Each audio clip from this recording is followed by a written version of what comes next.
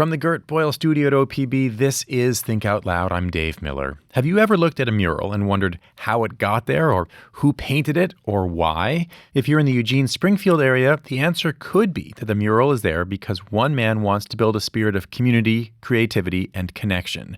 Rodger Deevers is a financial advisor in Eugene. Not too long ago, he started what he calls the Lucky Enough Social Club. Anyone can show up to help paint murals at local nonprofits. They've done 5 so far. I talked to Rodger Deevers last July. I started by asking him why he created the Lucky Enough Social Club. Well, I mean, the very inception, the roots of the program really lie within myself and my own mental illness. And I know I'm sometimes when they say, how did it start? And you go back, well, I was born on a certain day, you take it back too far. But my mental illness journey started when I was 13. And I could legitimately say, honestly say, that art has saved my life. It is kept me on the planet.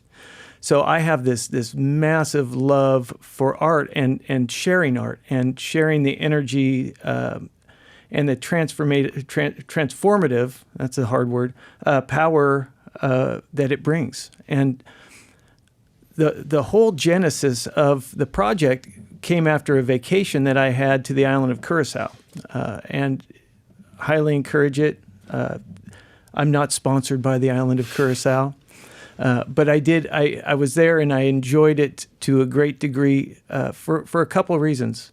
One is they have public art everywhere. Everywhere you go, there's murals and sculptures, and it makes me feel good to see public art. And then the second thing is on the island, we've all been to places where everything's private. All the cool beaches, are owned by resorts or whatever. On this island, all the beaches are public, and the cool part about that is that at every beach they have a social club, and it's whatever the beach name is, and they say social club. And a lot of times it's just a covered area with a picnic table. That's the social club. But what happens is the locals in that area, that's their gathering place to come together and to spend time and to build community. And so I came back from that vacation kind of rejuvenated to do some art, some public art, and to build community. And I have a group of people that I hang out with regularly, but the whole idea is to encourage people to join me. And in doing that, I make it as simple as possible. I mean, a lot of times when someone says, "Hey, come paint a mural," you're like, "How would I paint, put a cohesive image on a," and so I do all that.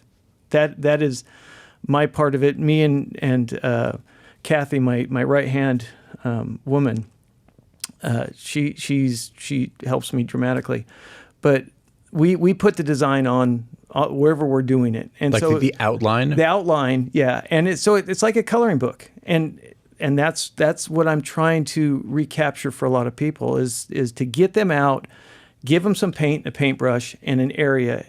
They can't screw it up. So I want to go back a little bit. So you had this transformative experience on this vacation, yes, and came back and said, I want to do some version of what I saw, some sense of community and art and public art. I want to do it in the Eugene-Springfield area. What was the first place that you approached? The first place was NextStep Recycling, and I know the executive director, and she was wanting to liven up a space where she brings in kids with cognitive disabilities to work on computers, and it's a really great program. But it had been shut down since COVID, and so now she had a grant, and she's doing this, and she had a big wall that was just blank. And I said, here's what I'm going to do is I'm going to do a pilot program. I'm going to put it out there and see if this is any kind of, because I will do the mural by myself if I have to. But I put it out. I said, hey, come help me paint a mural. And we had so many people that we had to do it in shifts. I mean, there was not enough wall space to fit the number of people who wanted to be a part of that. And that just, cemented in my brain that this is a viable, people want to give back. People want to help create things. What was that painting day like? Oh, I was stressed. Because never done anything like this, not knowing, and part of my stress was wait, you'd never painted a mural before? Oh no, I had painted murals by myself. Okay, but never had a kind of I told Jessica barn raising mural party. Exactly. I mean, it would have taken me days to paint that myself. And so part of the stress was like, I'm going to have to paint this myself if nobody shows up. But we had a great turnout. And so in doing that, the whole idea is that I know that I have about 4 to 6 hours to do a mural. I mean, for the most part. And the whole, and bigger murals will take shifts. I'll have to have people come at different times. But the whole idea is to get people in and get them reconnected with this art thing that we used to do when we were kids. The teacher would come and put some paints or crayons, and we wouldn't care. We would just start, drawing and coloring, and it was so good for us. Along the way, we attached our egos to that. We attached value to that. And then, Susie's or Jimmy's picture was way better than mine, and I'm no good at this. And as soon as you say, I'm no good at this, you stop doing it. And you move away from that, and it really becomes less of a part of your life. There's been so many people who've come and helped out and reconnected with that energy, that creativity, that creation can give to a person. And that's really what I want people to tap into, because I know for a fact that how transformative that could be, and how it could bring peace to the storm. That was the story of my early adulthood. A lot. I'm trying to find a reason to stay on this planet for 24 hours.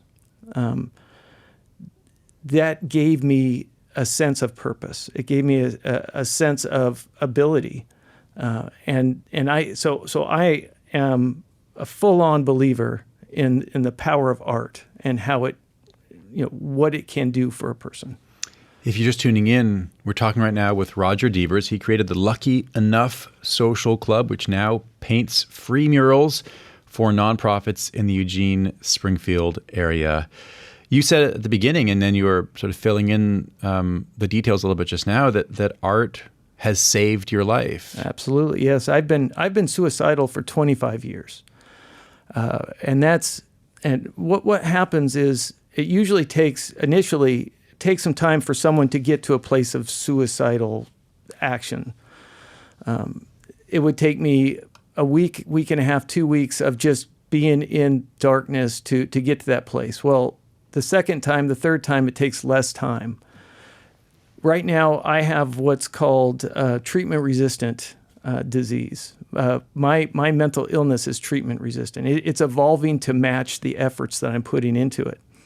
And so over time, that period of bad juju to suicide gets shorter and shorter. And so now, since I've been dealing with it for 40 years, if I have a bad day, which is often because I have 4 mental illness diagnoses myself, I fixate.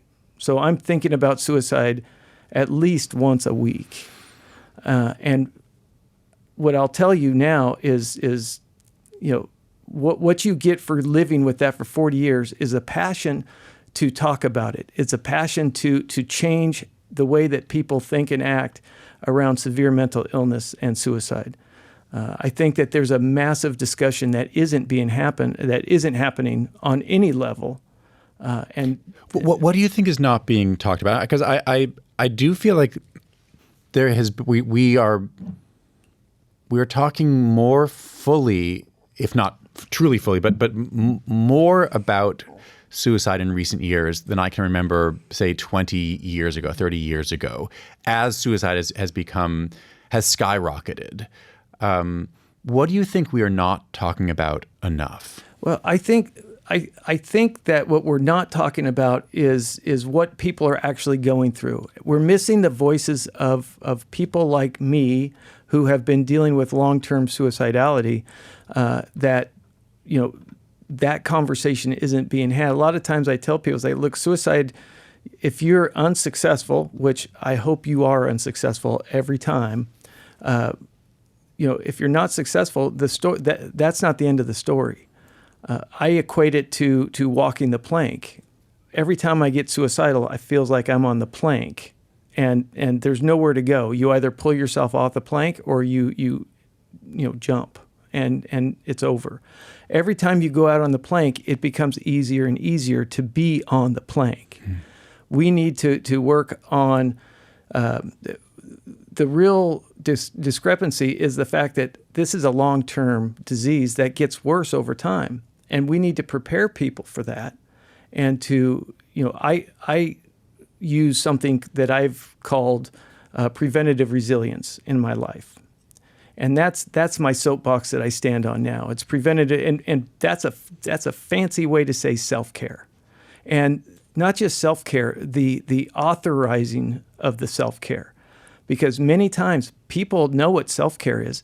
They don't authorize themselves to use it. And that's the biggest thing. We hand over power. As a mentally ill person, we hand over all control and power to other people with the hopes that we will find relief. They will provide relief to us. What we have to understand is all these other things are tools that we use. And those tools, like any other tools, may or may not work for any specific job. And so it's matching the tool to the job and giving people the authority to use those tools every day if they have to. There's so much stigma that we're swimming upstream against the stigma that's associated with severe mental illness and suicide. And the thing that shuts stigma down, the thing that is the most powerful tool is just transparency. It's just telling people this is what I go through, and then demanding the accommodations for that. And not just asking, hey, do you think maybe I could take 10 minutes to take a walk around the block and clear my head? No, I'm going to take 10 minutes to go walk around the block to clear my head because I need that in my life. And so it's just a shift of mindset. And that's what I'm trying to encourage people to do. That's really the impetus for the art project. Art is a massive part of my life. I have an easel set up in my office. So if I don't have a client, I'm painting. I'm painting a picture. And those pictures, everything I do is for nonprofits. I don't like to monetize my therapy. And as soon as I paint a cool picture and then, give me $10,000 for it, give me, whatever it is, I'm going to tape a banana to a thing and, give me $1 million for that. No, it's just about plugging into the tools that you have at hand. I just want to mention this important phone number. If you or someone you know is struggling right now, you can call or text 988 to reach a suicide and crisis lifeline. Help is available 24 hours a day, 7 days a week. To go back to the Lucky Enough Social Club, I'm curious about what those words mean. What do you mean by lucky enough? Well, I think the lucky enough comes from a saying. If you're lucky enough to be at the beach, you're lucky enough. If you're lucky enough to be upright, you're lucky enough. So it's really to acknowledge where we're at and to have to be grateful for that. So, hey, if we're lucky enough to be able to paint a mural, we are lucky enough. Do you feel that on a regular basis, taking into account everything you've just been talking about the massive struggles that you have dealt with and the tools that you have developed over decades? Do you consider yourself lucky enough? When I'm able to do things like that, absolutely, 100%, I feel privileged. And that, that in and of itself is an example of that power that this has.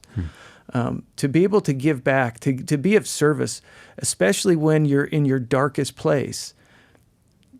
And people talk about happiness. Everyone's pursuing happiness. It's one of the it's in one of the founding documents of our country. Right. My happiness is in control, is developing control. If I can get out of bed in the morning and I could do something productive when I don't want to, that is happiness for me. That for me checks all the boxes. And so on those days, and I have a lot of these days where the only thing I want to do when I'm making the bed is be getting into the bed. I'm thinking about that tonight when it's over and I get to get into bed. And that's almost every day. So I need to do something with that. I need to change that, because life is not sitting on a couch. Life is not taking your power away from the whole of society because you have a disorder or an illness. And that's the other thing is, this is something that I was born with. This is not something that I chose. I didn't, and I want people to understand that when you don't have a choice, you have to do the best, make the best of it. If you can't get out of it, get into it. It's a saying that I've heard, and I believe it. This is something that's going to be part of my life every day. Am I going to let it control me, or am I going to turn that around and be able to do something good with that? Rodger Deevers, thanks very much. Oh, thank you. Thank you very much. Rodger Deevers is a financial advisor in Eugene and the founder of the Lucky Enough Social Club. We spoke last year. Tomorrow on the show, areas throughout the West have seen record low snowpack this winter. We'll hear about a new study from the University of Washington that found that forest thinning as a wildfire management method can also preserve snowpack and protect water supply. If you don't want to miss any of our shows, you can listen on the NPR app, on Apple Podcasts, or wherever you like to get your podcasts. Our nightly rebroadcast is at 8 p.m.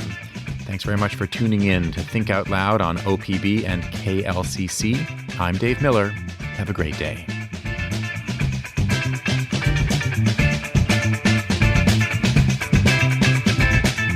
Support for Think Out Loud provided by Steve and Jan Oliva, the Rosie Tucker Charitable Trust, Michael, Kristen, Andrew Kern, and Anna Sanford, Kevin and Amy Constam Family Fund.